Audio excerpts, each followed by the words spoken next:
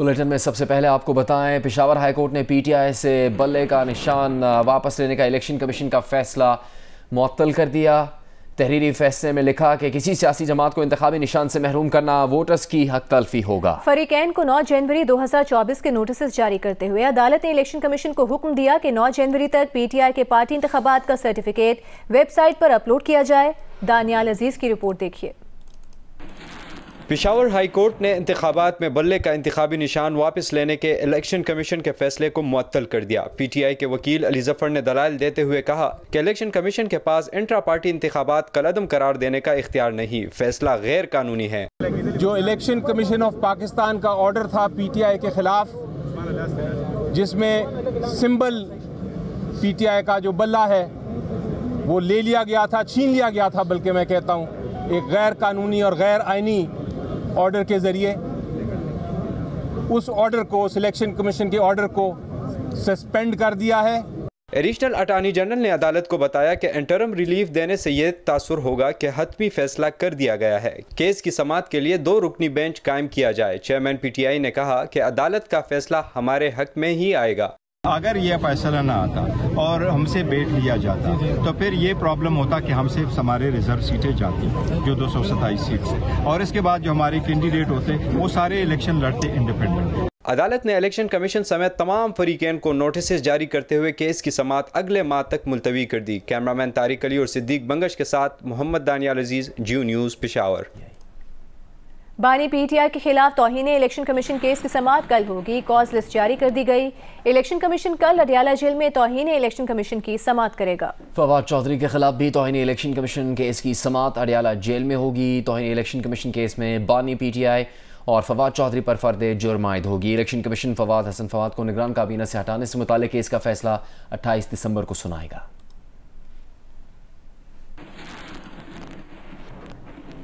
Lahore high court Multan bench ने PTI की रुपोश रहनुमा जरताज गुल के कागजात नामजदगी से मुताल्लिक दायर दरखास्त मुस्तरद कर दी। दरखास्त जरताज गुल के ज़ाती हैसियत में पेश ना होने की बिना पर मुस्तरद की गई। जरताज गुल ने नामालूम मुकाम से जारी बयान में कहा कि उन्हें गिरफ्तार करने के लिए ज़ाती हैसियत में तलब किया जा रहा है।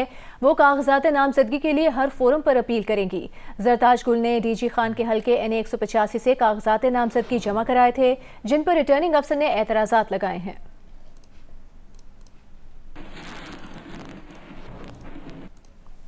मुस्लिम लीग नून के सदर शहबाज शरीफ का कहना है कि BRT पेशावर का जो हशर हुआ वो सब ने देख लिया। खैबर पख्तूनख्वा में नून लीग की हुकूमत होती तो BRT ऑरेंज लाइन जैसे बनाते। कायद मोहतरम मोहम्मद नवाज शरीफ साहब की जलावतनी के बाद जो वापस तशरीफ़ लाए हैं, उससे पार्टी में बेपनाह जोश और जज्बा उभरा है। हम ये इंतखाबी मैदान अल्लाह ताला के फजल करम से हम जीतेंगे। किसी भी मुल्क में अगर अमन होगा, इस्तेहकाम होगा, तो तरक्की और खुशहाली का सफ़र शुरू होगा।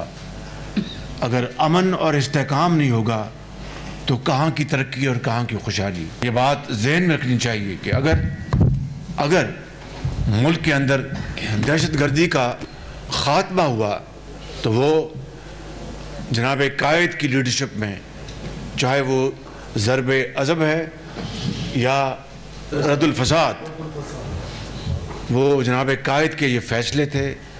और फिर अफ़वाज पाकिस्तान के साथ मिलकर, लॉ इन्फोर्सिंग एजेंसीज के साथ मिलकर इस दहशतगर्दी का जिस तरह ख़ात्मा हुआ।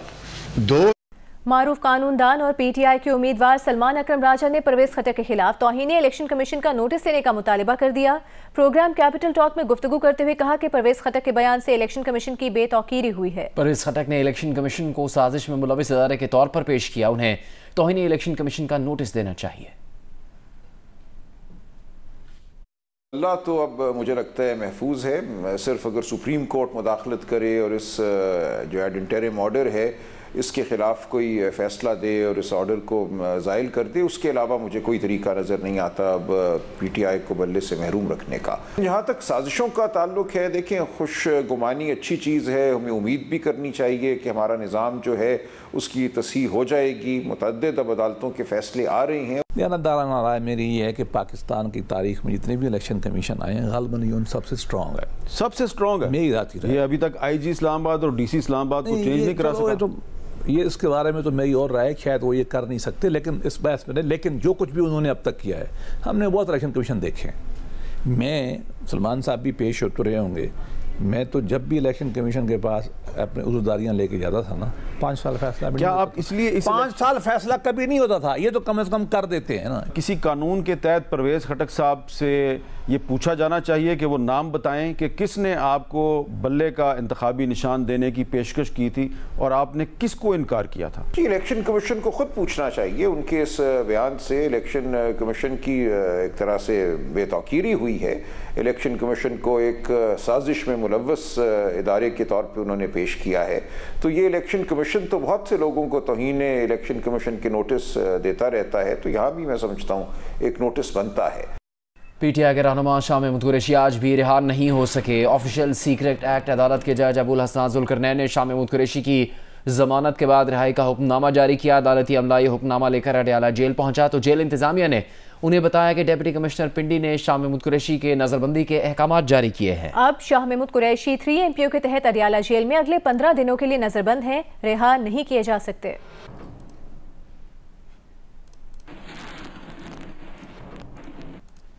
साबिक गवर्नर पंजाब और PTI के रहनुमा लतीफ़ खोसा का कहना है कि PTI अगले इलेक्शन में 2/3 अक्सरियत से जीतेगी। हम बानी PTI की नाअहली के फैसले के खिलाफ कल सुप्रीम कोर्ट से रुजू करेंगे। इंट्रा पार्टी इलेक्शन ऐसे ही होते हैं, इलेक्शन कमीशन मॉनिटर ना बने। देखिए सरदार लतीफ़ खोसा का तफसीली इंटरव्यू आज रात 10 बजे जियो न्यूज़ के प्रोग्राम आज शाहजेब खानजादा के साथ में। मिलते जुलते नाम की आड़ में जुए की कंपनीज की तशहीर के अमल सरोगेट एडवर्टाइजिंग को रोकने के लिए पेमरा भी एक्शन में आ गया। तमाम चैनल्स को ऐसी तमाम नशरियात से रोक दिया गया है जिसकी आड़ में जुए की तशहीर हो। पेमरा के नोटिस के बाद मुल्क भर में पाकिस्तान और ऑस्ट्रेलिया के दरमियान जारी मेलबर्न टेस्ट की नशरियात पर सवालिया निशान लग गया है।